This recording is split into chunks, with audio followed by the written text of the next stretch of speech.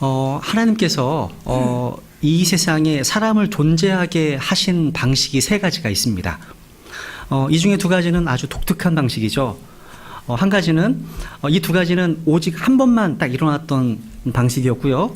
앞으로도 다시는 오지 않을 그런 방식입니다. 그래서 이 세 가지 방식 가운데 한 가지 방식만 저와 여러분이 이 세상에 존재하게 된 방식이었습니다. 첫 번째는 어떤 방식이냐면 창세기 1장에 보신 대로 창조라고 하는 하나님의 어떤 행위에 의해서 어떤 생물학적인 아버지와 어머니가 없이 아담과 이브가 존재하게 되었다는 사실이죠. 그죠? 이 아담과 이브에게는 아버지 어머니가 없죠. 하나님의 어떤 주권적인 행위에 의해서 창조된 창조물이죠. 독특한 방식이죠.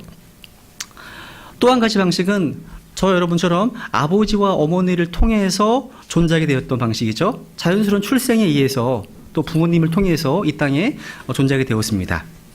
그리고 또 한 가지 방식은 이제 누가복음 1장에 보시면 예수 그리스도께서 이 땅에 오실 때 그분은 생물학적인 아버지가 없이 오직 처녀를 통해서 또 어머니를 통해서 존재하게 되었다는 거죠. 그러니까 하나님께서는 육체로 나타나신 분이 바로 예수님이시잖아요. 그러니까 인간을 창조하신 분께서 인간을 구원하기 위해서 이 땅에 오셔서 죽으셨다는 사실. 그래서 예수님께서는 또 독특한 방식으로 오셨다는 거죠. 그죠? 이 세 가지 방식이 있습니다. 그래서 창조의 어떤 그 질서를 딱 얘기를 하면 제일 위에 하나님이 계십니다. 하나님이 최고 통치자시죠. 또 그 아래 천사들이 있습니다.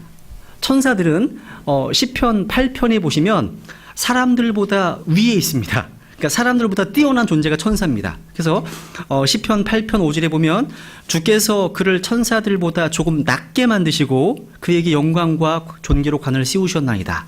이렇게 말씀하고 있습니다. 그러니까 천사들보다 조금 낮게 만드신 존재가 인간입니다. 그러니까 창조자 하나님이 계시고 천사들이 있고 그 아래 인간들이 있는 거죠. 그러니까 천사들보다는 열등한 존재이지만 동물들보다는 더 높은 지위가 또 인간인 거예요. 동물은요.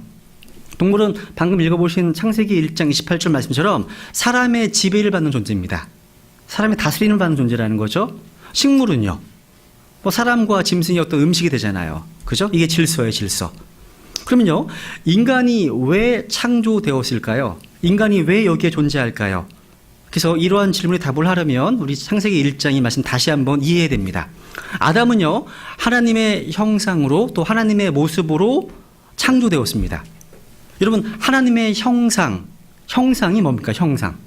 이미지, 형상. 쉽게 말해서 우리는요, 동전에 보면 동전에 어떤 형상이 있죠. 여러분, 100원짜리 동전에 뭐가 있어요? 어떤 형상이 있죠? 유심히 안 보시는구나. 사랑하시잖아요. 100원짜리 동전에 이순신 장군이 있잖아요. 이순신 장군이 형상이 있잖아요. 그죠? 여러분, 예수님 당시에 그런 이야기 있었죠.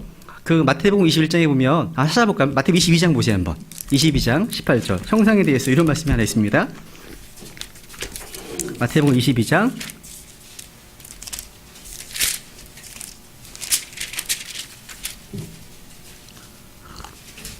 18절 이제 세금 바치는 문제에 연관돼서 이렇게 말씀하셨습니다. 마태복음 22장 18절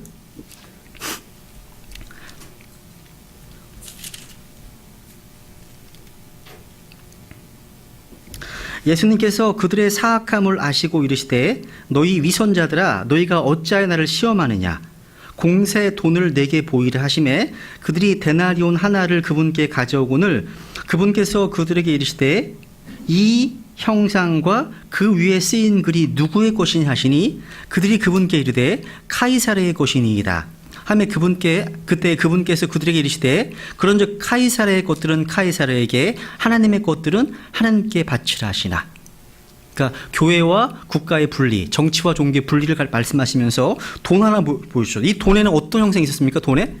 이 로마 시대 이 동전에는 누구 형상이 있었다는 거예요? 그죠. 카이사르 왕의.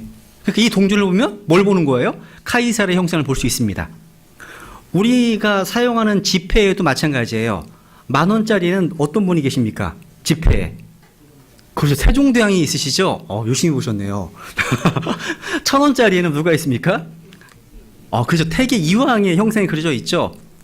여러분이 아침에 거울을 보고 오셨죠? 거울. 그죠? 거울에서 누구의 형상을 보십니까? 나의 형상을 보게 되죠. 그러니까 거울은 여러분의 모습을 그대로 보여주고 있습니다. 그러니까 내 형상이 그 거울 속에 있습니다.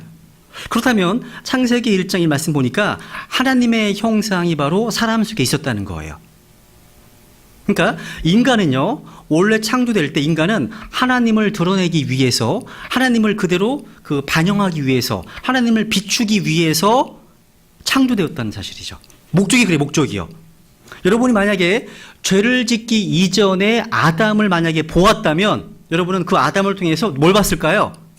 하나님의 형상을 보게 되었을 거란 사실이죠. 그래서 아담을 보면 하나님의 진리, 하나님의 선하심, 하나님의 거룩하심, 하나님의 신실하심, 하나님의 의로우심, 하나님의 어떤 죄 없으심, 이런 것들을 드러냈다는 겁니다. 아담을 통해서. 왜? 아담은 하나님의 형상이었기 때문에.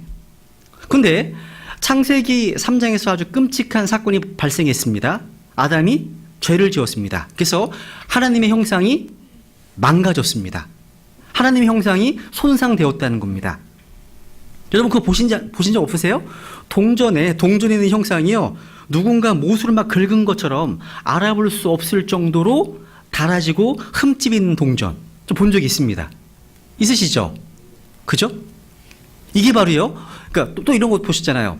거울이 왕창 깨져가지고 거울 앞에 서도 나의 모습을 보여주지를 못해 잘. 그런 거울 보셨죠? 바로 이것이 바로 죄가 사람 속에 있는 하나님의 형상에게 초래한 결과입니다. 죄 때문에. 그러니까 하나님을 드러내야 되는데, 하나님을 반영해야 되는데 하나님 대신에 죄를 드러냅니다.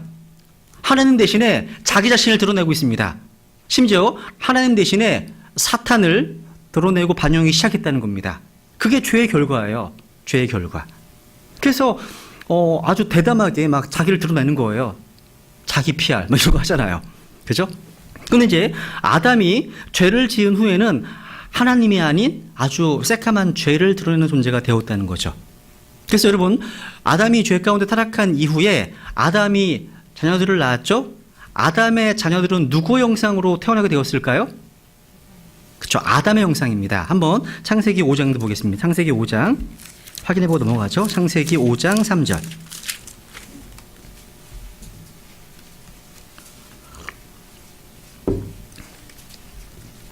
창세기 5장 3절.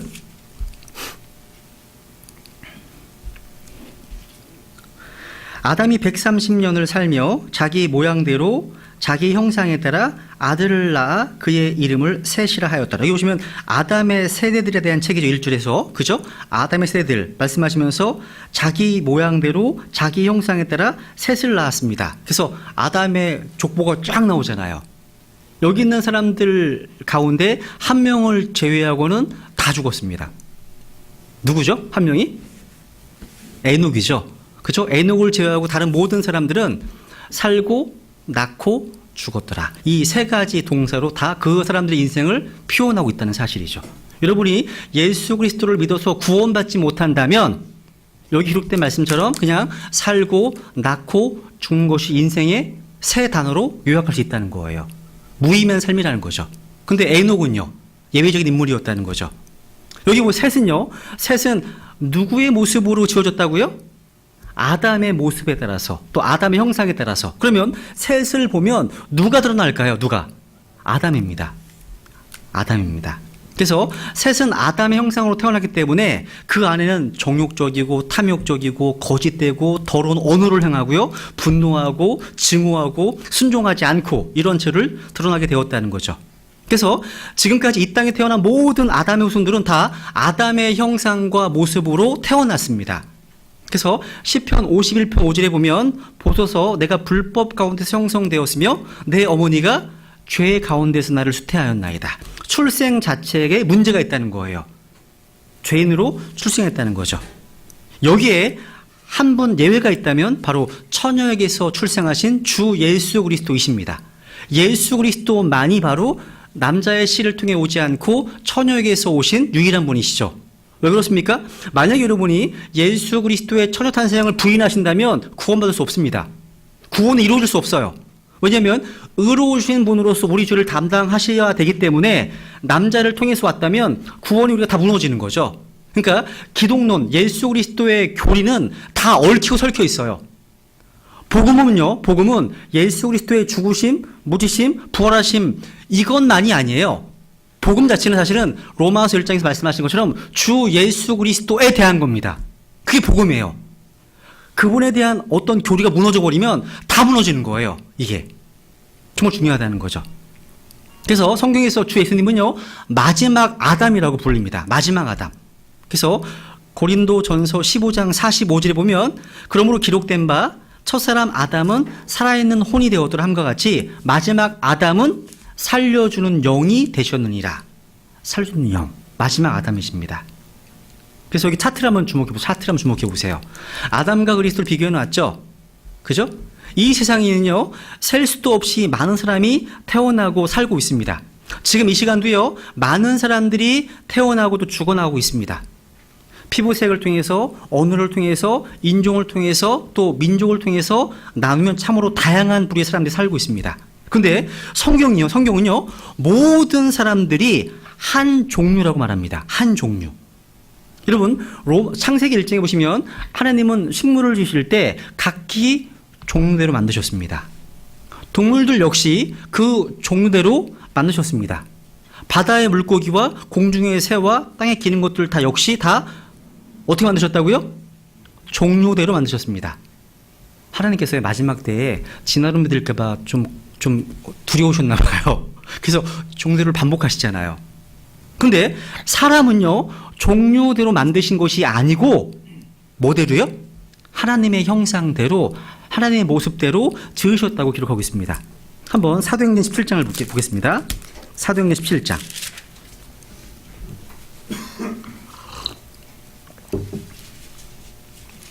사도행전 17장 26절, 아주 유명한 구절이죠. 사도행전 17장 26절. 네, 같이 읽죠. 시작. 또 그분께서 사람들의 모든 민족들을 한 피에서 만드사 온 지면에 거하게 하시고 미리 정하신 때와 그들을 위한 거주의 경계를 정하셨으니.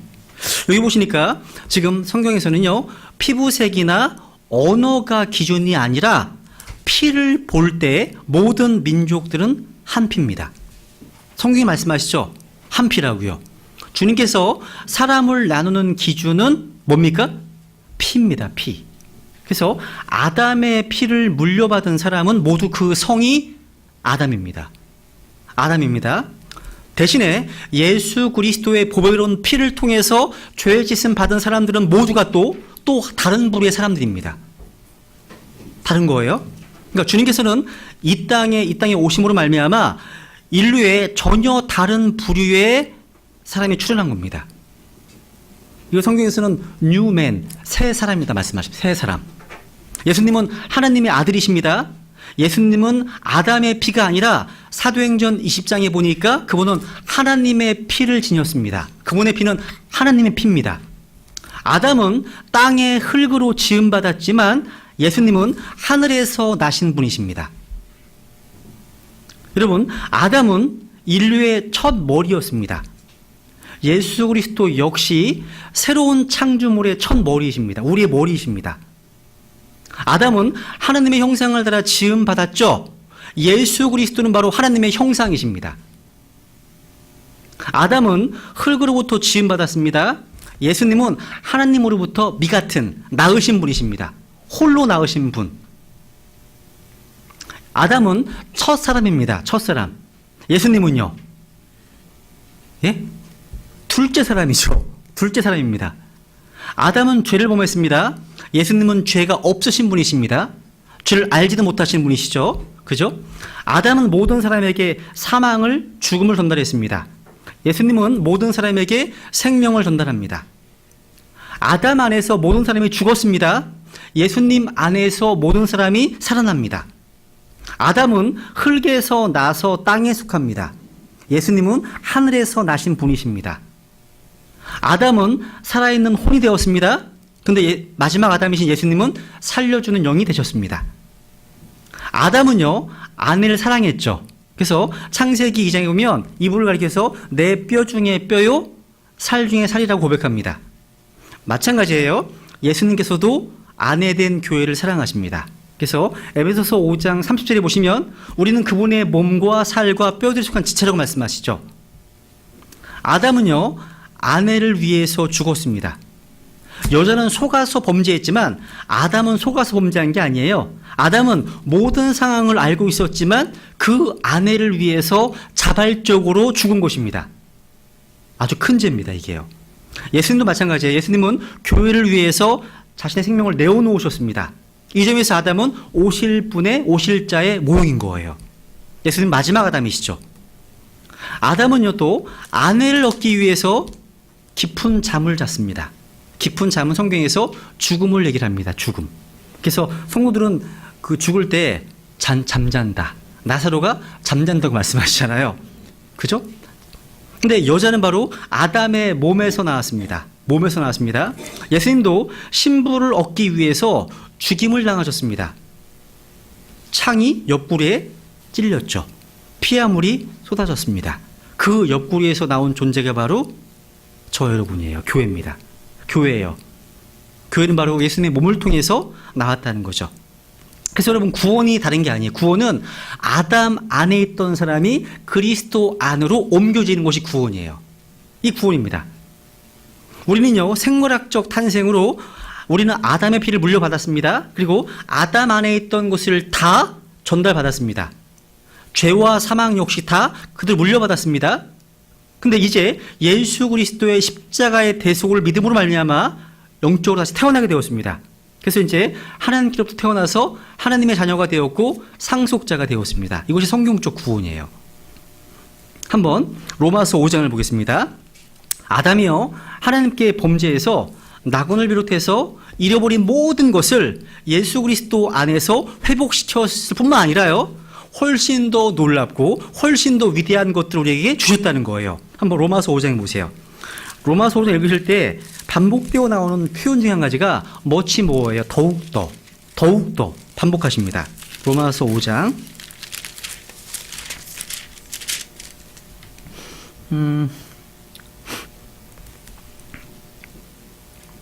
뭐 9절도 있고 10절도 있고 더욱더란 말이 반복되어 나옵니다. 12절을 보시죠. 뭐 인간론 시간이니까 여기 로마서 5장에는 인간론, 죄론, 권리 다 나와요. 5장 자체예요. 한번 볼게요. 로마서 5장 12절. 같이 읽죠. 시작. 그러므로 한 사람으로 말미암아 죄가 세상에 들어오고 죄로 말미암아 사망이 들어왔나니 이와 같이 모든 사람이 죄를 지었으므로 사망이 모든 사람에게 임하였느니라. 여기 누구 때문에? 한 사람으로 말미암아. 언더라인 딱 밑줄 쳐보세요. 그러니까 문제의 원인이 어떤 환경에 있는 것이 아니었어요. 어떤 제도에 있는 것이 아니라 언제나 누구에게 있습니까? 사람에게 있다는 거죠. 그러니까 죄라는 것이 어떤 환경의 문제 때문에 생겨난 게 아니에요. 지난주 봤잖아요. 천연왕국이라는 그 이상적인 환경에서도 예수님께 반역하잖아요. 그 환경의 문제가 아니라는 거죠. 항상 핵심이 다 누구예요? 항상 사람입니다. 사람. 그러니까 이 말씀은 사실은 우리가 복음을 전하러 나갈 때 자주 제시하는 구절입니다. 이 말씀과 창세기 3장을 비교해 보면 우리는 이 현 세상에 죄와 사망이 들어온 이유를 알 수 있습니다.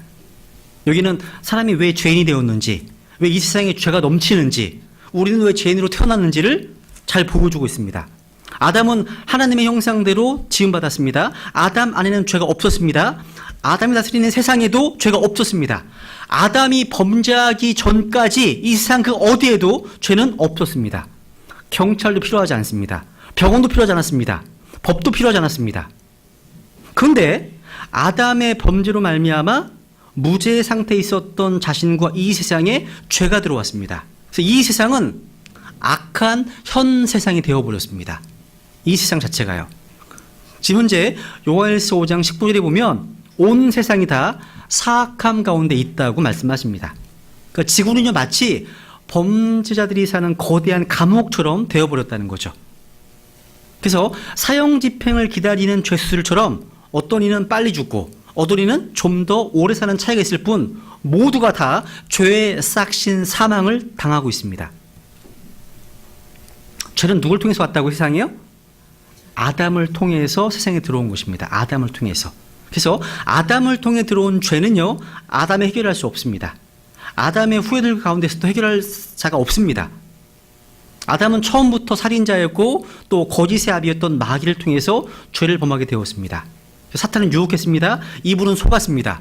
아담은 그 죄에 동참했다는 거죠.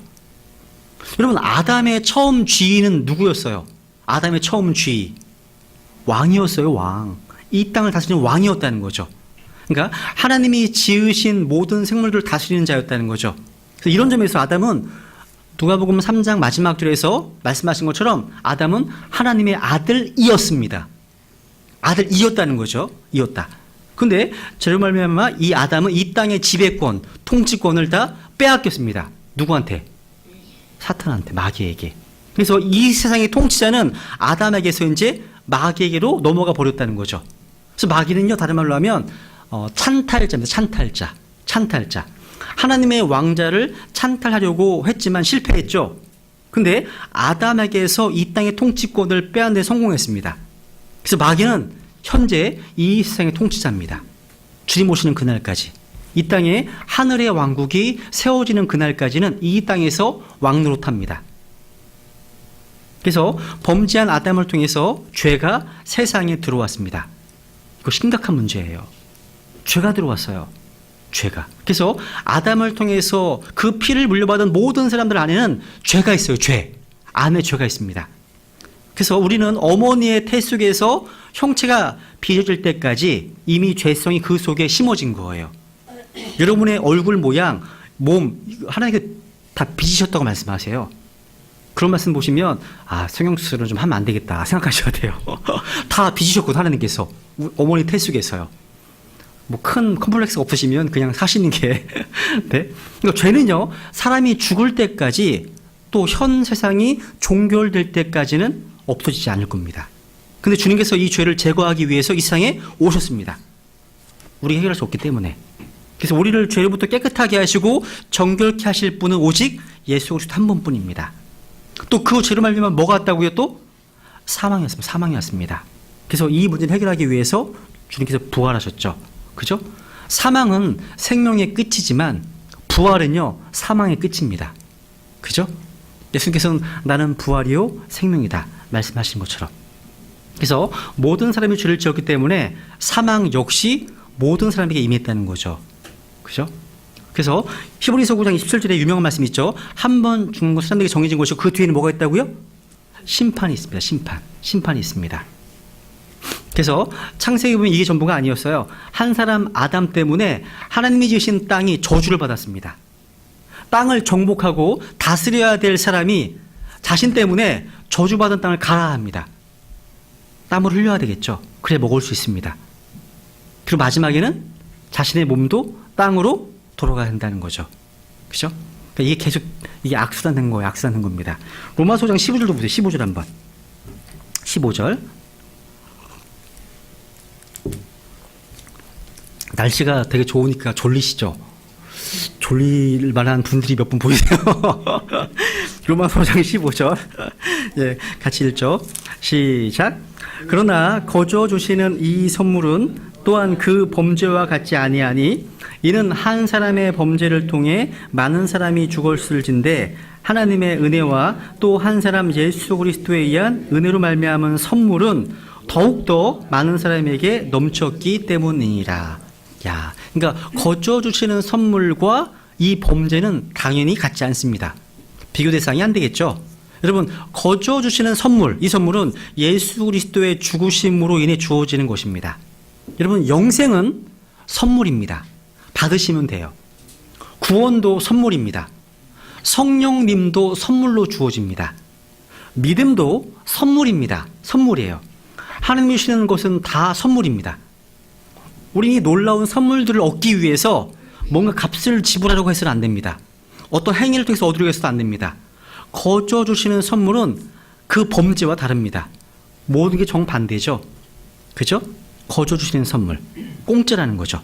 그래서 한 사람 예수 그리스도의 피로 모든 사람의 모든 죄가 전부 씻음 받고 남습니다. 한 사람 예수 그리스도의 죽으심으로 모든 사람이 생명을 얻고도 남습니다. 한 사람 예수 그리스도의 생명으로 모든 사람이 구원받고 남습니다.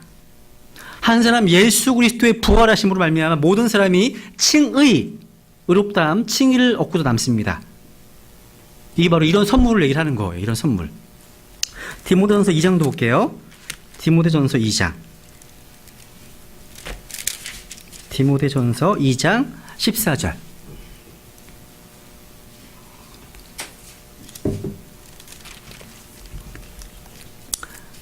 디모데전서 2장 14절. 같이 읽죠. 시작. 또 아담이 속지 아니하고 여자가 속아 범법 가운데 있었기 때문이라. 야, 아담이 속은 게 아니랍니다. 아담은요, 고의적으로 죄를 지었습니다. 왜요? 하나님께 순종할지 아니면 자기가 사랑했던 아내와 함께 할지 둘 중에 하나를 선택해야 했습니다. 근데 아담은 잘못된 선택했다는 거죠. 하나님도 사탄도 뭔가 푸시하거나 강요하지 않았습니다. 스스로 선택한 겁니다. 이것은 왜 바울이 우리 인류에게 죄와 사망을 가져온 자로 이브가 아닌 아담을 가리키고 있는지 설명해 주는 거예요. 이분은 속았습니다. 아담은 다 알고 있었어요. 어떻게 될지를. 근데 스스로 자기 선택에 의해서 죄를 지었다는 거죠. 그래서 아담 안에서 모든 사람이 죽었다고 말씀하시는 거죠. 그 선택은요, 인간의 타락에 있어서 하나의 요소였습니다. 선택 자체가요. 근데 여러분, 구원에 있어서도 이 선택은 하나의 요소입니다. 선택하신 겁니다. 나를 위해서, 나를 대신해서 십자가에 못 박혀 피 흘려 돌아가신 예수 그리스도를 나의 구원자요, 나의 주님으로 받아들일 것인지에 대한 결정이 바로 선택입니다. 선택입니다. 또 어떤 교회에서는 깨달음식 구원을 강조해서 이 선택의 문제를 되게 소홀히 합니다. 깨달았어? 깨달았어? 이런 말 하잖아요. 성경에 그런 말 안 나와요. 믿었어라는 말이 나오지, 믿어야지 깨달는 거 아니에요. 이런 믿음이라는 것 자체가요, 그러니까 이것도 어쩌면 성경 변개에서 비롯된 문제, 잘못된 교리임을 알 수 있어요. 한번 확인해 볼까요? 한번 골로새서를 한번 볼게요. 잠깐만. 골로새서 1장.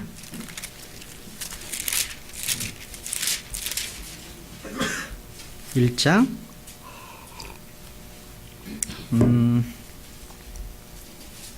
5절 6절 볼게요. 골로새서 1장 5절 6절.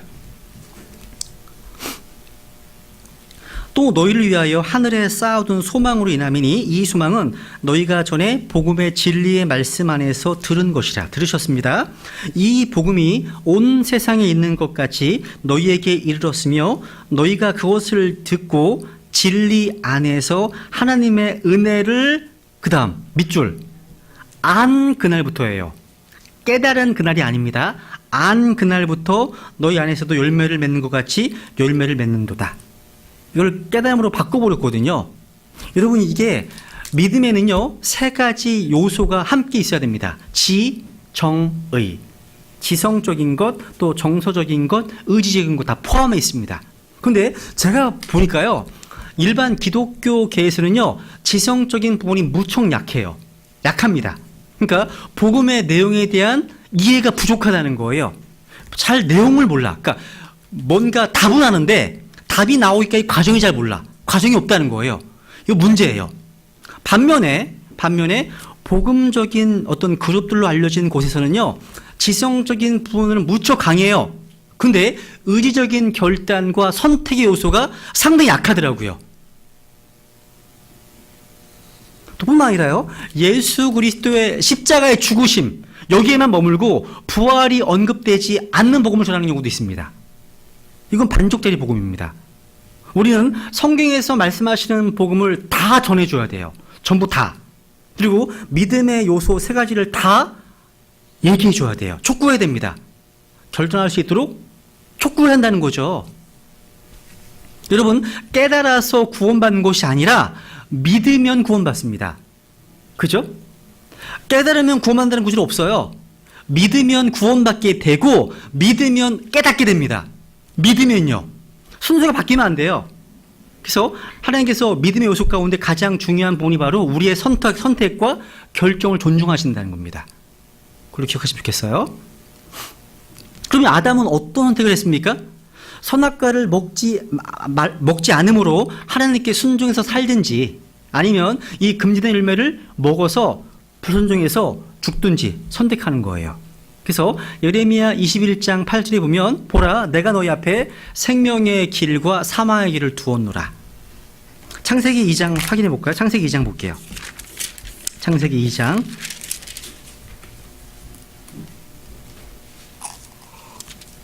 16절 17절. 창세기 2장 16절 17절. 주 하나님께서 남자에게 명령하여 이르시되 동산의 모든 나무에서 나는 것은 내가 마음대로 먹어도 되나 선악을 알게 하는 나무에서 나는 것은 먹지 말라. 그 나무에서 나는 것을 먹는 날에 내가 반드시 죽으리라 하시니라. 하나님께서 왜 아담에게 이러한 명령을 주셨을까요? 뭐 여러 가지 설명할 수가 있습니다. 근데 그 내용을 지금 할 필요 없고 그 내용 성경에 나오진 않습니다. 근데 아담이 선악과의 열매를 먹지 말아야 하는 가장 중요한 이유가 있습니다. 그게 뭘까요? 하나님께서 먹지 말라고 말씀하시기 때문입니다. 가장 중요한 거 아니에요? 그러니까 아담은 이 땅의 왕으로 세움받은 자예요. 저걸 볼 때마다, 이게 선악과라면 이걸 볼 때마다 나보다 더 높은 권세가 있구나 의식하지 않겠습니까? 자기가 인디펜더 독립적인 존재가 아니라 하나님을 의지해야 되는 존재구나 깨닫게 되지 않겠습니까? 그래서 우리가 일반적으로 독립 침례교란 말 쓰지만 이 독립이 하나님께로부터 독립을 하면 큰일 나는 겁니다. 그런 면에서는 우리는 의지 침례교가 돼야 돼요. 디펜던트. 그죠? 우리가 일반적으로 부모님들이요 아이들에게 뭔가 하지 말라고 금지시키잖아요. 한번 생각해 보세요. 왜 금지시켰는지 그 이유들을 자세히 설명해 줄 수는 있습니다. 이 설명해 주어야만 아이가 순종합니까? 그러면 안 됩니다. 부모님이 그렇게 말씀했기 때문에 그렇게 명령했기 때문에도 순종해야 됩니다. 이게 중요해요. 저희 집에서는요 요즘 아이들이 핸드폰 문제 많잖아요. 토요일날 이제 저녁이 되면 핸드폰을 제 책상에 갖다 놔야 돼요. 그래서 그 다음날 저녁 6시까지는 핸드폰 금식을 해야 됩니다. 금식. 항상 이렇게 해왔거든요. 제가 관리합니다. 근데 여러분 핸드폰이 없을 때는 아이들이 얼마나 잘 노는지 몰라요. 책도 읽고 대화도 동생과 레고도 만들고 막 이렇게 보내요. 처음에 제가 그걸 이제 명령을 내렸을 때 많은 저항이 있었습니다. 뭐 친구 관계가 다 끊어진다, 뭐 반톡을 못하게 돼서 큰일 난다, 뭐 이 등등 이런 얘기 많이 하거든요. 그러면서 왜 핸드폰 뺐냐고 묻습니다. 뺐냐고. 그러면 다른 설명 안 합니다. 아빠가 그렇게 시켰거든. 아빠가 그렇게 명령했잖아. 한마디 합니다. 그럼 막 수수 막 끌어올라요. 애들도요. 그래서 아빠 말에 순종하지 않으면 뭔가 그게 상응하는 벌이 있다고 아니까 그냥 억지로 합니다. 그런데 이게 어느 정도 잘 정착이 된 후에는요. 시간이 지나고 나서는 왜 압수했는지에 대해서 설명해줬던 기억이 많이 있습니다. 어쨌든 아담은요. 하나님 말씀에 순종을 했습니다. 그런데 아담은요. 그릇된 결정을 했습니다. 그래서 죄 가운데 빠지게 되었죠. 오늘날 모든 사람들도 다 아주 중요한 선택을 해야 됩니다. 어떤 선택입니까? 예수 그리스도에 대한 선택이에요. 다마스커 도상에서 사도 바울이 예수님 만나게 되죠. 제일 먼저 어떤 질문을 했습니까? 주여 누구시니까? 물었죠. 이 질문에 대한 답변에 따라서 우리의 영혼이 결정되는 거예요. 이분 4대 성인 중에 한 분이십니다. 그분 지옥 가시는 거죠. 그죠? 정말 중요한 질문이에요. 그 다음 질문 뭐예요?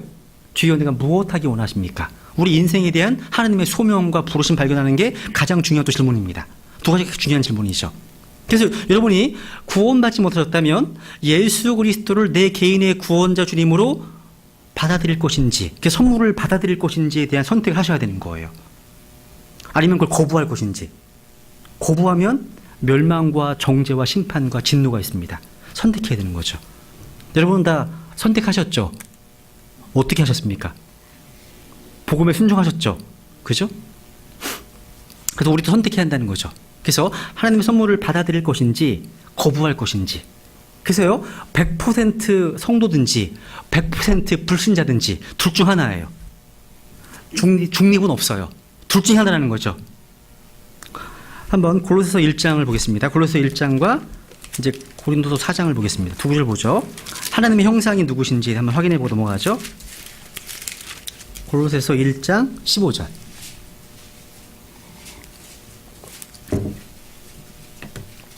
골로새서 1장 14절. 그분 안에서 우리가 그분의 피를 통해 구속 곧 죄들의 용서를 받았도다. 이미 이루어졌습니다. 그분께서는 예수 그리스도시죠. 그분께서는 보이지 아니하는 하나님의 형상이시요 모든 창조물의 처음 난 자이시니. 바로 예수님께서 바로 하나님의 형상이시죠. 또 고린도 4장 4절에 보면 그들 속에서 이 세상의 신이 믿지 않는 자들의 마음을 가려서 하나님의 형상이신 그리스도의 영광스러운 복음의 빛이 비치지 못하게 하셨다 말씀하십니다. 그러니까 이 말씀에 따르면 하나님의 형상이 누구십니까? 그리스도십니다. 그죠? 그렇다면 예수 그리스도께서는 누구를 온전히 드러내셨을까요? 누구를요? 하나님을. 우리가 예수 그리스도를 보게 된다면 우리는 어떤 형상을 보는 거예요? 하나님의 형상. 그래서 12사도 가운데 하나님의 형상에 대한 교훈을 배워야 될 자가 누구였을까요? 한 명 있었죠? 도마입니다. 도마죠, 도마. 그래서 나를 본 자는 아버지를 보았거늘 말씀하시는 것처럼. 그래서 예수님 본다는 것은 하나님을 보는 것입니다. 그래서 예수님 안에는 하나님이 계시기 때문에 그분의 진리, 그분의 거룩하심 이게 다 드러난 거예요. 그래서 모든 인간은요, 아담 안에 있는지 아니면 그리스도 안에 있는지 둘 중에 하나입니다. 그래서 아담 안에 있는 자들은 누구를 드러냅니까? 아담을 온전히 드러내고 있습니다. 그리스도 안에 있는 자들은 누구를 드러내야 됩니까? 누구를? 그렇죠. 주 예수 그리스도를 드러내셔야 되는 거예요. 그런데 여러분 종종 아담을 드러내고 계세요. 우리 안에 아담의 본성과 예수 그리스도의 그 신성이 같이 있거든요. 두 개의 본성이. 그래서 여러분의 삶을 통해서 예수 그리스도가 드러나는 삶이 정상적인 삶이라는 거죠. 그죠? 근데 언젠가 예수 그리스도의 피로 구원받은 성도는 예수님을 온전히 드러내실 겁니다. 미래에. 완벽하게. 오늘날 이 땅에 사는 동안에 우리 신앙생활의 목표가 뭐예요? 목표가 영적으로 성장하면서 예수님을 점점 더 드러내는 것. 그리고 아담을 점점 덜 드러내는 것. 이게 목표입니다. 목표예요. 여러분 이렇게 진행되고 있으세요? 이렇게 바뀌어가고 계세요? 감사합니다. 네, 고린도서 3장을 볼까요? 고린도서 3장 18절.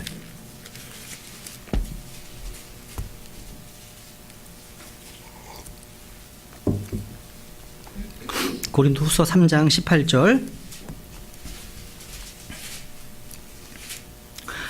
그러나 우리는 다 가리지 않은 얼굴로 거울을 보는 것 같이 주의 영광을 바라보며 같은 형상으로 변화되어 영광에서 영광에 이르렀나니 이것은 곧 주의 영으로 말미암은 것이니라. 여러분은 이러한 형상으로 변화되고 계십니까? 여러분은 점점 더 예수님을 드러내고 계십니까?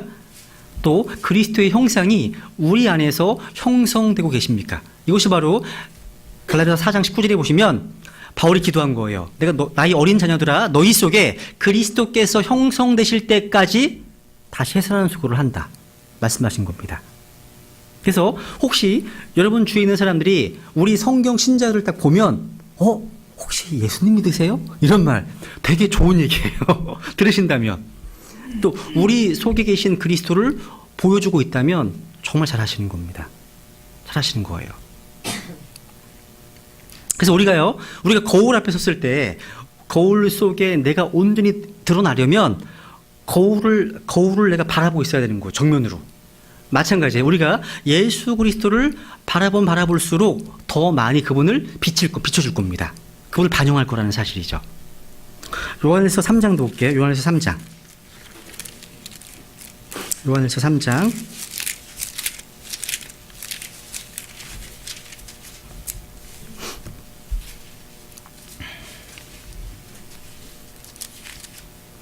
요한일서 3장 2절. 같이 읽죠. 시작. 사랑하는 자들아 이제 우리는 하나님의 아들들이니라. 우리가 앞으로 어떻게 될지는 아직 나타나지 아니하였으되 그분께서 나타나시면 우리가 그분과 같게 될 줄 아노니 이는 우리가 그분을 그분께서 계신 그대로 볼 것이기 때문이니라. 자, 우리가 예수님을 만나는 그날 우리는 그분을 본 그대로 우리도 변화될 겁니다. 그죠? 우리가 성장하는 것도 마찬가지예요. 우리가 그분을 바라볼수록 그분을 더 많이 드러낼 거라는 사실이죠. 그죠? 지금 이 시대에 우리가 예수 그리스도를 어떻게 볼 수 있을까요? 어떻게? 이 성경 기록을 통해서. 그래서 요한복음 5장 39절에 보면 성경 기록들을 탐구하라.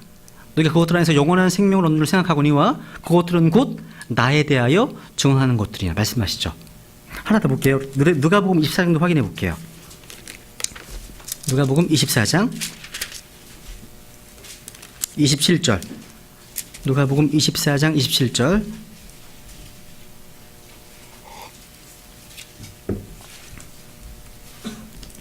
우리가 성경을 읽으면 읽을수록 지식이 늘면 늘어갈수록 예수 그리스도를 더 깊이 알아가야 됩니다. 더 사랑해야 되겠죠.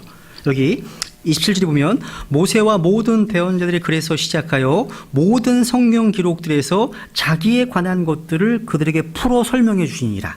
바로 모든 성경 기록들에서 증언하는 예수 그리스도께서 자기를 드러내신 거죠. 또 44절 보세요. 44절. 또 그분께서 그들에게 이르시되 내가 여전히 너희와 함께 있었을 때 너희에게 말한 말들 곧 모세의 율법과 대언자들의 글과 시편에 나에 관하여 기록된 모든 것이 반드시 성취되어야 하리라 한 말들이 이것들이라 하시고 그때 그들의 지각을 여사 그들이 성경 기록들을 깨닫게 하시며. 그러니까 이 성경 기록이 증언하는 예수 그리스도, 여러분이 성경을 읽으면서 예수 그리스도를 보셔야 한다는 거죠. 매 페이지마다 그분을. 그래서 여러분, 좋은 교회는 어떤 교회가 좋은 교회예요? 성경을 철저히 가르치는 교회가 좋은 교회예요. 또 좋은 교회는 성경을 배우면 배울수록 그 성경이 증언하고 있는 예수 그리스도를 더 사랑하게 하는 교회가 좋은 교회입니다. 그 사랑을 섬기는 교회가 좋은 교회죠. 요즘 그 CBS에서 8부작으로 신천지라는 어떤 그런 이단 집단 있죠? 보고 계신가요? 이 신천지는 성경 공부는 무척 많이 해요. 정말. 근데 그 성경 공부가 다 끝나게 되면 어떤 결과가 나면 예수님을 사랑하는 게 아니라 이만희가 구원자입니다. 이게 결론이 됐어요. 이게. 그러니까 이 방식이요. 그러니까 그 방식이 외부와 차단된 채 풍요적으로 비유적으로 문맥과 상관없이 공부하고 있고요. 그 공부의 결과가 누구예요?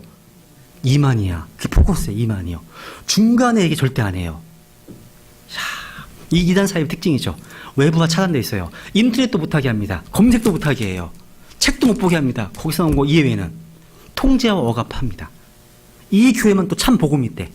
이 교회에만 진리가 있대요. 이런 교회가 이단 교회입니다. 우리 교회만 복음이 있습니까? 다른 교회도 복음이 있죠? 그죠? 그러니까 내적인 평안함과 자유함이 없이 뭔가 억압되어 있어. 뭔가 강요합니다. 모두 통제당합니다. 교주에 대한 절대적인 충성과 맹세를 해야 됩니다. 이단의 특징이 그런 특징이에요. 그죠? 그래서 우리가 성경을 배우면 배울수록 누구를 사랑해야 됩니까? 예수님을 더 사랑하시는 거죠. 그 사랑 가운데 섬기는 교회가 돼야 되겠죠. 그게 좋은 교회예요. 좋은 교회. 그래서 교회에서 행해지는 모든 섬김과 봉사, 헌신과 사역들이 예수 그리스도 사랑하는 가운데 행해지는 것이 아니라면 그거는 나무와 지피들 뿐이에요. 의미가 없어요. 그죠? 근데 한 가지 더. 창세기 3장에서요. 죄 가운데 타락한 이후에도요. 하나님의 형상이 없는 게 아니에요. 우리 안에요. 그러니까 하나님의 형상은 비록 손상되었지만 계속 남아 있습니다. 그 주목해 보실 필요가 있습니다. 그래서 창세기 9장 6절에 보면 또 하나 볼게요. 고린도전서 11장을 볼게요. 이거 한번 확인해 보고 넘어가죠. 11장. 어떤 분들은 하나님 형상 잃어버렸대요. 아예 없다는 거예요. 그렇지 않습니다. 11장 고린도전서 11장 7절.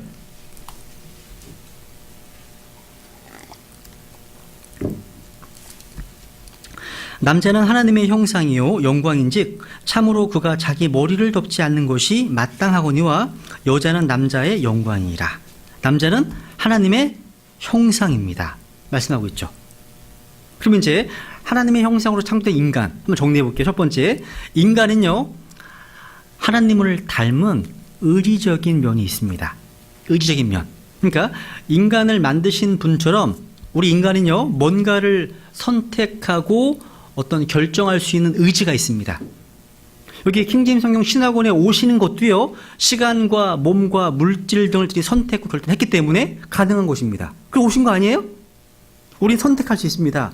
사랑할 수 있고 미워할 수 있습니다. 그죠?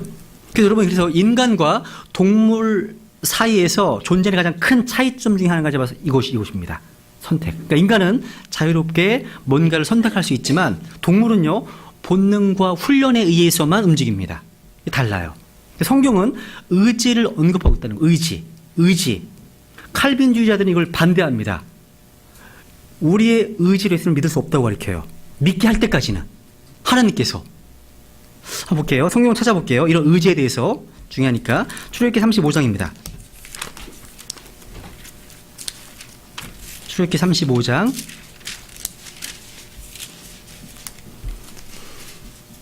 출애굽기 35장 4절.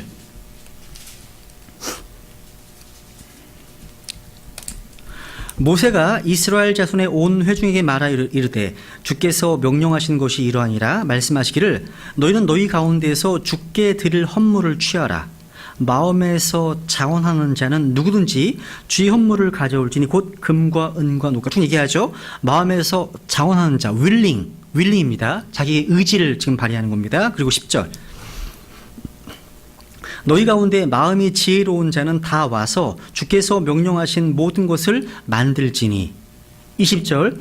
이스라엘 자손의 온 회중이 모세 앞에서 물러가니라. 마음의 감동을 받은 모든 자와 영으로 자원하게 된 모든 자가 오고, willing 또 오죠. 오고 그들이 회중의 성막 작업과 그분을 섬기기 위한 모든 것과 거룩한 의복들에 쓰도록 주의 헌물을 가져왔으나.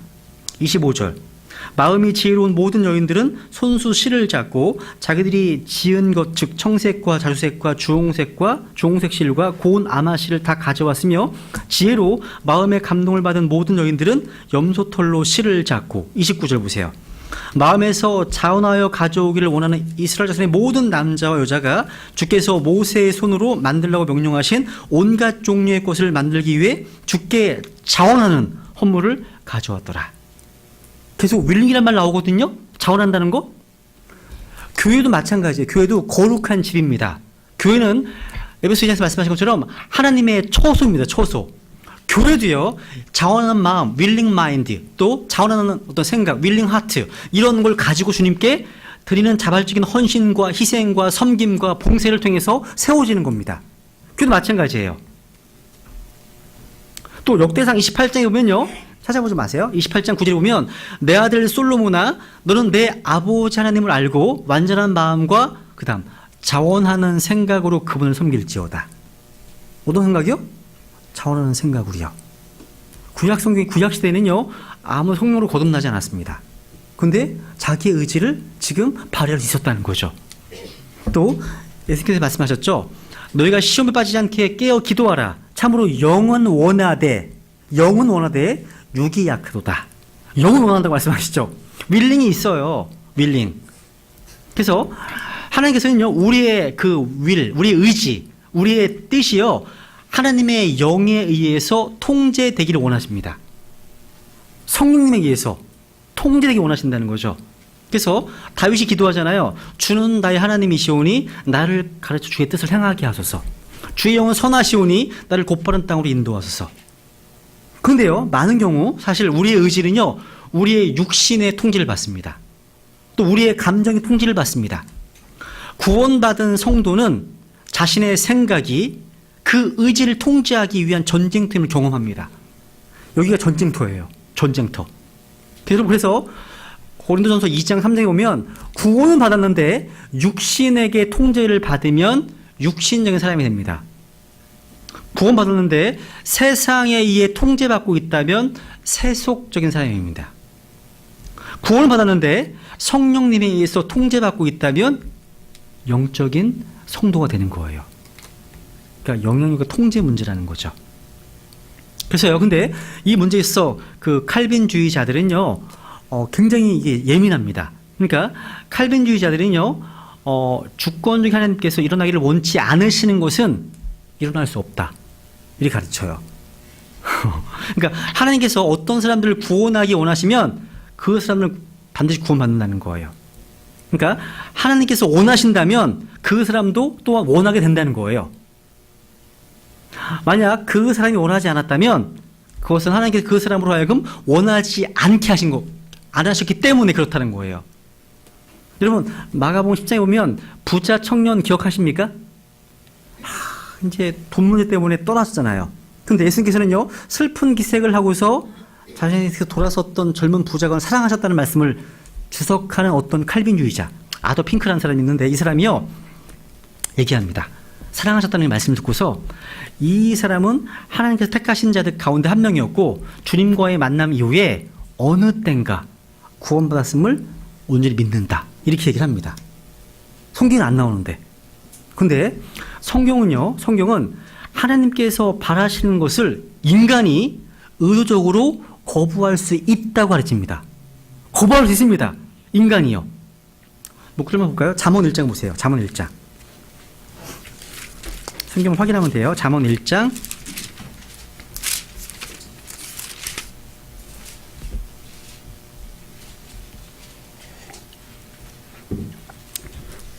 (1장) 23절. 너희는 내 책망을 듣고 돌이키라. 보라, 내가 내 영을 너희에게 부어주며 내 말들을 너희에게 알려주리라. 내가 불렀으나 너희가 거절하였도다. 내가 내 손을 내밀었으나 아무도 중시하지 아니하였으며 도리어 너희가 내 모든 권고를 무시하고 내 책망을 전혀 원치 아니하였은즉. 하나님의 원하심과 인간의 의지가 지금 틀리게 되고 있죠, 그렇죠? 29절. 이는 그들이 지식을 미워하고 주 두려워하기를 택하지 아니하며, 선택하지 않은 겁니다. 내 권고를 전혀 원치 아니하고 내 모든 책망을 멸시하였기 때문이라.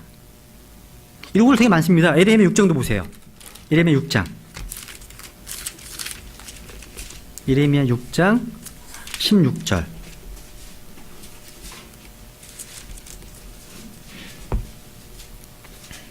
에레미야 6장 16절. 주가 이같이 말하노라. 너희는 길들 가운데 서서 보며 옛 행로들 곧 선한 길이 어디 있는지 물어보고 그 길로 걸으라. 그리하면 너희가 너희 혼을 위한 안식을 얻으리라. 그러나 그들은 말하기를 우리가 그 길로 걷지 아니하리라 하였으며, 내가 또 너희의 파수꾼들을 세우고 말하기를 나팔 소리에 귀를 기울여 하였으나 그들은 말하기를 우리가 귀를 기울이지 아니하리라 하였느니라. 마태복음 23장 볼게요. 마태복음 23장. 하나님의 원하심과 우리 인간의 원하심이 충돌하는 거죠, 지금. 그죠? 마태복음 23장 37절. 오 예루살렘아 예루살렘아, 배운 자들을 죽이고 내게 보낸 자들을 돌로 치는 자여, 암탉이 자기 병아리들을 자기 날개 아래 모음같이 내가 얼마나 자주 내 자녀들을 함께 모으려 하였더냐. 그 다음, 그러나 너희가 원치 아니하였도다. 원치 아니하였도다. 하나만 더 볼게요. 요한복음 5장. 요한복음 5장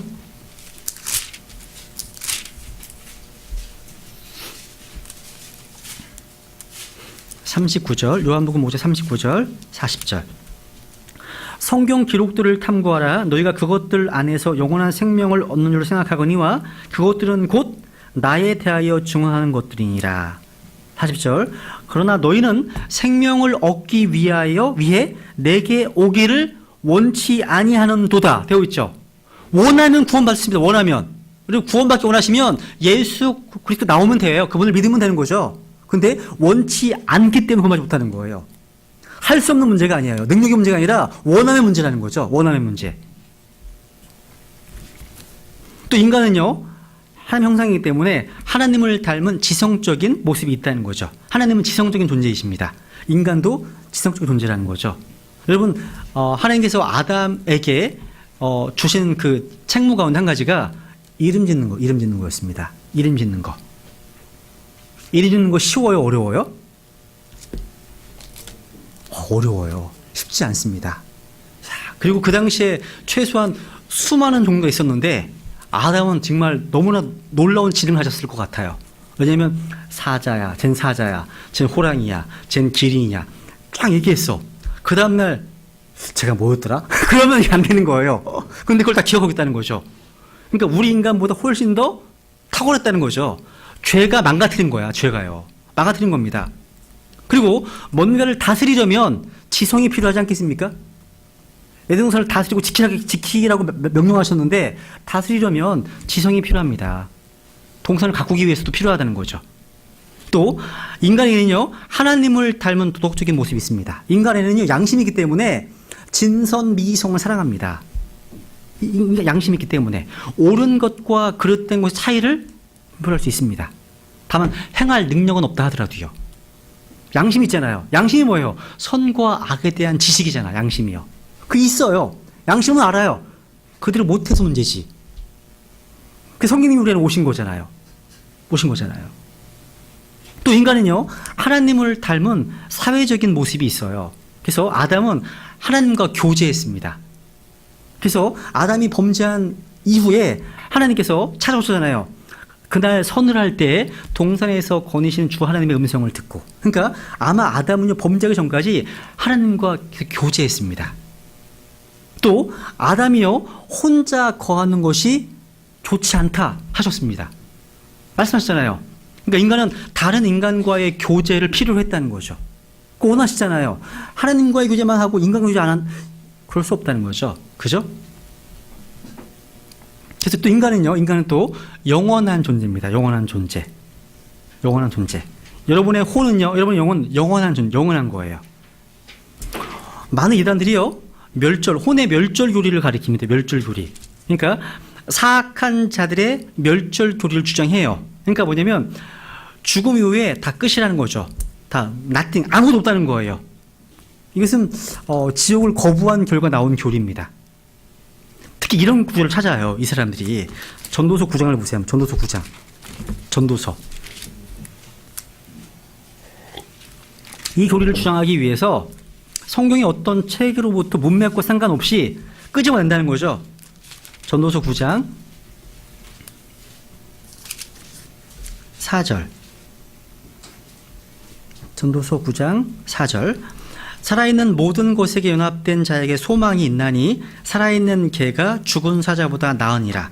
살아있는 자들은 자기가 죽을 것을 알거니와 죽은 자들은 아무것도 알지 못하며 다시는 보상도 받지 못하나니 이는 그들을 기억하는 일이 잊혔기 때문이로다.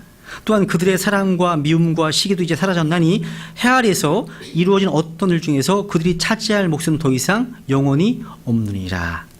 이 말씀은요, 뭐 여호와의 증인들, 또 몰몬교들, 안식교들이요, 자기들이 믿는 교리의 근거 구절로 삼는 구절입니다. 그러니까 이것은요, 죽음 이후에 대한 솔로몬의 어떤 해 아래서의 세속적인 이론을 붙들고 지옥에 대한 신약의 계시들을 다 거부해 버린다는 거예요. 그러니까 성경을 거부하는 이단들은요, 이 전도서의 내용을 가지고서 신약의 그리스도인들의 교리로 취해버린다는 거죠. 여러분, 성경 가운데 킹 제임스 성경만이 지옥에 대한 바른 조명을 주고 있어요. 어떤 분들은 지옥이 단지 상징이다, 비유다, 무시해버립니다. 그래서요. 근데 성경은요, 계속해서 지옥이라고 불리는 고통의 장소, 형벌의 장소를 반복해서 경고하고 있다는 거죠. 어떻게 묘사하셨죠? 불로, 영존하는 불, 영원한 저주, 뭐 지옥불, 지옥의 저주, 불타는 용광로, 결코 꺼지지 않는 불, 벌레도 죽지 않는다, 울부짖으면 이를 간다, 고통의 장소, 이런 말씀들. 자, 그러니까 지옥은요 무의식 장소가 아니에요. 무감각한 장소가 아닙니다. 의식이 분명합니다. 모든 감각이 더욱 분명한 곳입니다. 그래서 지옥인 혼은요 뜨거운 고통을 다 느낍니다. 울부짖습니다. 그래서 죽은 자는 말이 없다? 무덤에서만 해당사항이 있어요. 이것은요. 지옥에서는요 고통의 울부짖음이 있습니다. 또 통곡이 있습니다. 슬픔, 일감이 있다는 거죠. 그런데 많은 이단들이요 이 혼의 멸절을 가리키면 지옥도 거부한다는 거죠. 고통이라는 지옥의 실체를 믿지 않습니다. 그래서 이들은요 지옥이란 말 대신에 히브리어를 얘기해, 또 헬라어를 이야기합니다. 뭐 스울이니 게헨나니 하데스니 이런 말들을 사용해서 지옥에 대한 진리를 가리고 있다는 거죠. 히브리어 헬라 가지고 지옥에 대한 개념을 분명히 하지 못합니다. 스올이란 말이 무슨 뜻이에요? 스올이란 말? 이거 히브리어예요. 그래서 개역성경에 보시면 구약성경에서 스올이란 말이 나와요. 실제로. 요나서 2장 2절 같은 데 보면 개역성경에 스올이란 말이 나와. 그러니까 지옥이란 말을 번역하는 대신에 그냥 음역한 거예요. 음역. 히브리를 음역해버린 거죠. 다 음보. 그 외에는 다 음보라고 번역했습니다. 음부. 음부가 뭐예요? 음부가 뭐예요? 음부. 음부는요, 무덤과 지옥을 모두 포함한 단어입니다. 애매모호한 거야. 애매모호한 겁니다. 여러분, 하나님께서는요, 아담에게 명령하실 때 뭘 먹지 말라고 말씀하셨어요? 뭘 먹지 말라고? 선악과를. 근데 이분은 마귀와 대화할 때 어떻게 얘기했습니까? 선악과라고 명확히 얘기하지 않았습니다. 동산의 한 가운데 있는 나무에 대하여 이렇게 얘기합니다. 애매모호하게 얘기해요. 하나님은 선과 악이 시단 분명히 얘기하시는데 이분은 동산의 중앙에 있는 나무에 대해서 이렇게 얘기를 합니다. 명확하지 않죠? 동산 중앙에 또 어떤 나무가 또 있었어요? 생나무 있었잖아요. 명확하지 않다는 거죠. 마찬가지예요. 마찬가지입니다. 킹제임스 성경은요, 무덤과 지옥을 분명하게 구별합니다. 그래서 이단들이 틈을 주지 않아요. 구약의 스올에 해당하는 그 헬라어가 하데스입니다. 하데스. 영어 킹제임스 성경은요, 65번에 걸쳐서 이 스올을 31번은 무덤으로, 31번은 지옥으로, 다른 3번은 구덩이로 번역했습니다. 그래서 용어의 혼란을 완벽히 정리해 줬다는 거죠. 하데스도 마찬가지. 하데스는요, 14번 가운데 10번을 지옥으로 번역했습니다. 게헨나라는 단어. 들어보셨어요? 게헨나? 이 게는 골짜기라는 뜻이고요. 헨나는 흰놈이라는 단어. 흰놈. 흰놈이 골짜기라는 뜻이에요. 흰놈. 주님께서 지옥의 실체를 가리키실 때 게헨나의 모습이 바로 지옥의 모습이라고 하셨다는 거죠. 흰놈의 골짜기는 어떤 곳이냐면요, 동물이나 죄인의 시체를 태우는 곳이었습니다. 끔찍한 곳이었어요. 여기는요, 이스라엘 백성들이 우상 숭배에 빠졌을 때 자신의 어린 자식들을 몰렉이라는 우상에게 태우는 헌물로 인신 공양했던 곳이었어요. 시체 속 냄새가 막 가득했겠죠. 이런 곳을 보시면서 지옥은 저와 같다 하신 거예요. 주님께서. 만약에 지옥이 실제하는 장소가 아니라 하나의 비유 상징이라면 그 실제는 얼마나 더 무섭겠습니까? 상상이 되세요? 그래서 혼의 멸절교리는 거짓이라는 거예요. 그러면 이제 정리해 볼게요. 이제 죽음이라는 단어가 어떤 의미인가? 성경에서 죽음은요, 분리를 의미합니다. 분리. 그래서 육체적인 죽음은요, 몸으로부터 혼과 영이 분리되는 게 죽음이에요. 성경적 정의입니다. 영적인 죽음은 죄인과 하나님과의 분리입니다. 영적인 분리예요. 영원한 죽음은 뭐예요? 죄인이 하나님과 영원히 분리되는 겁니다.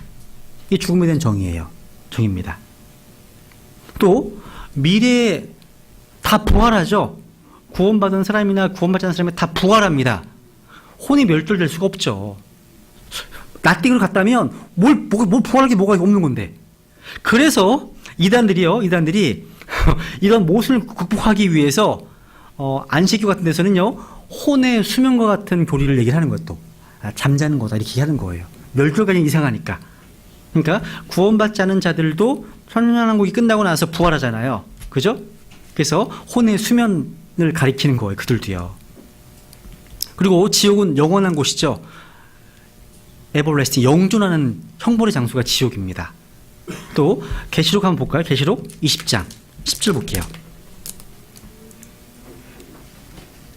계시록 20장 10절. 짐승과 거짓 대언자는 불못에서 영원히 거주하게 되죠. 계시록 20장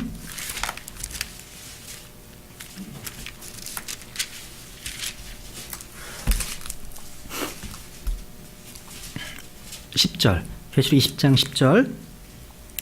또 그들을 속인 마귀가 불과 유황 호수에 곧 그 짐승과 거짓 대언자가 있는 곳에 던져져서 영원 무궁토록 밤낮으로 고통을 받으리라. 여기 보시면 짐승과 거짓 대언자가 있는 곳에, 이게 현재 시제입니다. A-R-E. 현재 존재하는 곳이에요. 여러분, 짐승과 거짓 대언자가 언제 언제 떨어졌습니까? 그쪽으로 불에 던졌습니까? 19장 20절 보세요. 19장 20절 앞에. 짐승이 잡히고 또 그 앞에서 기적들을 행하던 거짓 대언자도 그와 함께 잡혔는데 그는 짐승의 표를 받은 자들과 그 형상에게 경배하던 자들을 기적들로 속이던 자더라. 이 둘이 산채로 유황으로 불타는 불호수에 던져지고 재림할 때였습니다. 재림할 때에 던져졌습니다. 근데 천연왕국 때에도 현재 그곳에 있습니다.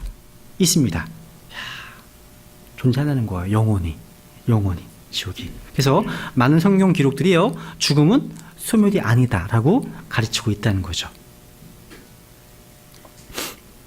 그럼 이제 인간의 시간이 좀 남아서요, 인간의 타락에 대해서 조금만 더 하고 마치겠습니다. 인간의 타락에 대해서. 아마 인간의 타락이라는 이 주제는요, 성경의 어떤 이야기 가운데서 가장 거부되는 사건 중에 하나일 거예요. 그러니까 사람이라면 본래 자신이 죄인이라고 인정하기 쉽지 않습니다. 자신이 본성이 드러나는 걸 원치 않습니다. 근데 사람들이 속고 있는 속임이 하나 있는데 우리 인류가 점점 향상되어 가고 있다는 거예요. 그렇습니까, 여러분? 사람들이 현대과학이 발달하고요, IT가 막 발달하고 또 우주선도 쏘고요. 그러니까 인류가 진보하고 있다고 생각하지만 사실은 정반대입니다. 그러니까 사람들은 교통과 통신의 발달을 영적 상태에 혼동하는 거예요. 영적인 상태 점점 어떻게 되는 거예요, 지금? 타락하고 있습니다. 끔찍해지고 있는 거예요. 사람들은 로켓을 타고 저 하늘 위로 올라가면 더 경건해지나요? 도덕적이 되나요? 아닙니다. 아니에요. 만약 여러분 창세기 3장 그 타락에 대한 내용이 거짓이라면 어떻게 인간의 죄성을 설명할 수 있을까요? 그러니까 타락에 대해서.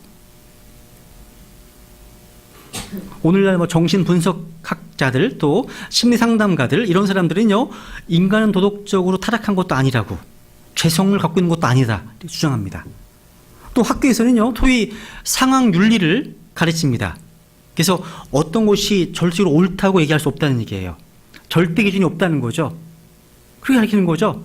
그러니까 본래부터 옳은 것과 그런 것이 없다는 거예요. 가르치는 거예요. 기준이 없어요. 기준이 없다는 거죠. 기준이 없다는 거예요. 그러니까 이러한 인간의 문제를 오늘날 인간의 이 진화론이 문제를 더 많이 만들어내지 해결하지 못한다는 거죠. 그러니까 아이들이 짐승처럼 변해가는 거예요. 그래서 아이들을 키우다 보면 이 아이들이 내 자식인가? 이런 얘기를 책에서 종종 읽어요. 몸뚱아리는 내 자식인데 속은 완전히 마귀라는 거죠. 왜? 이 세상에 타락하고 더러운 것들이 막 안에 들어와 있잖아. 그래서 우리는 매를 들어야 되죠. 매를 들어야 됩니다. 건전하게 하나님의 말씀을 가르쳐야 되겠죠. 그죠? 그래서 창세기 1장부터 3장까지의 내용이 과학적인 사실이라는 거예요. 사실. 그래서 이 창세기 1장 3장까지 내용이 역사적 사실이라면 인간은 죄 가운데 타락해 있고 영적으로 죽어 있고 다시 태어나만 하기 때문인 거예요. 사실입니다. 창세기 3장은요, 이 죄가 우주에 침입한 사건을 설명해 주는 게 아닙니다. 여러분, 아까 아담을 통해서 죄가 왔다고 말씀하셨죠. 로마서 5장에서. 한 사람 아담을 통해서. 근데 생각해 보세요. 아담이 죄를 짓기 전에 이브가 문제를 졌어요. 동의하세요? 이브가 죄를 짓기 전에 루시퍼가 문제를 졌어요.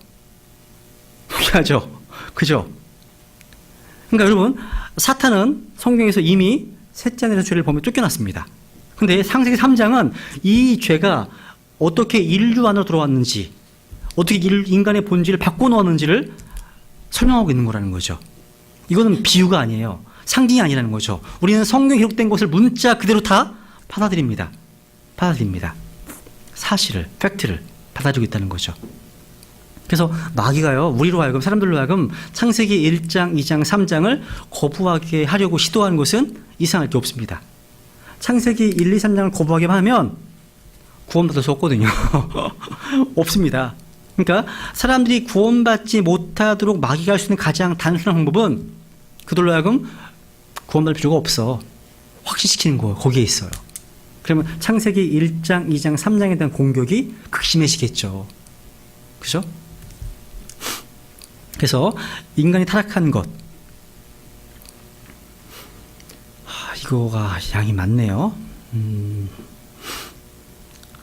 오늘 여기까지 하시죠. 더 나가게 되면 중간에 끊기가 어려울 것 같아서, 그러면 오늘 여기까지 하시고 다음 주에 인간의 타락에 대해서 다루도록 하겠습니다. 이 시간을 마치겠습니다. 왜 좋아하시지? 근데?